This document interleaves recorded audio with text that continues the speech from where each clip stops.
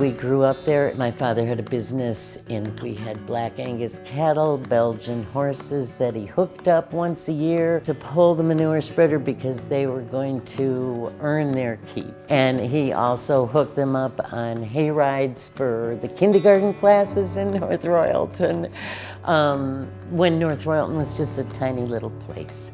So I grew up there on the farm. I grew up there, visiting my grandparents on the weekends, on Friday night a lot. Me and my grandfather rode those tractors through the backfield.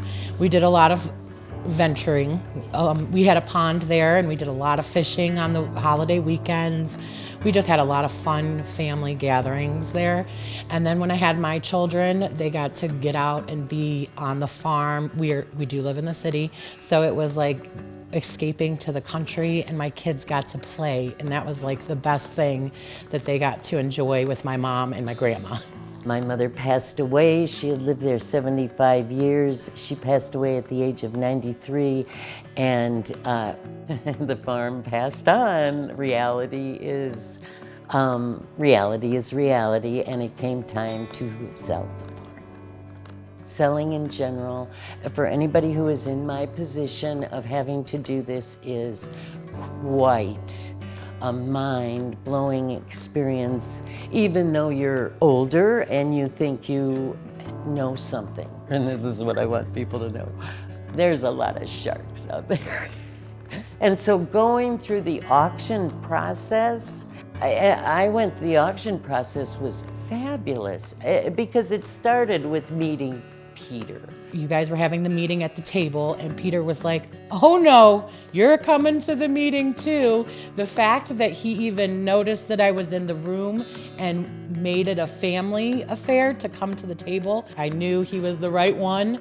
I just felt like he was a good-hearted man, similar to my grandfather. Well, when you hear the word family farm or a property that has been in the same family for a long time, it's all about the people. It's not about the property so much, it's about the people, because that's a lot of history.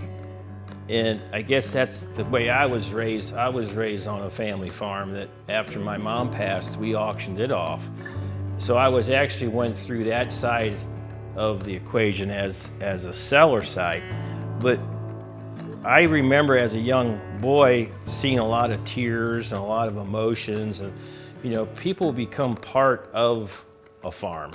It's a big responsibility because you're going through a life event with somebody. Either they just lost somebody, or they're fighting with their siblings, or they have to sell and they don't necessarily want to, or they're just downsizing. It could be as simple as that, but it's very emotional. So we didn't have a lot of people that had our back during the time of the sale of the farm. Like my mom said, there was a lot of sharks out there. When you guys arrived at 4 a.m. that morning with your coffee and your donuts, I knew that our team was there, and I needed a team to support us, and I felt very supported. I felt like you guys also understood our celebration in the end. The farm whole thing was just a wonderful celebration that I feel, totally gifted. It was a celebration that farm deserved. It was like they knew our stuff and treated it the way we would treat it, and I had never seen anyone else treat our stuff so well, and that you understood it like my mom understood it. It was like a festival, which, how often do you get that in life? I felt it paid tribute to my father, who was just a generous man all around. The money's going to be the money at the end of the day. If we do our job, the money's going to be the money. It's helping the sellers navigate through these emotions, and the family and the emotions and that thing. That's what we have to, that's what's the most important. I feel a lot of responsibility when someone comes to us to sell something that meaningful. I know if I were in their shoes, I would want someone to care about it as much as I do. I would say that selling of the farm was, in my life, an extraordinary day.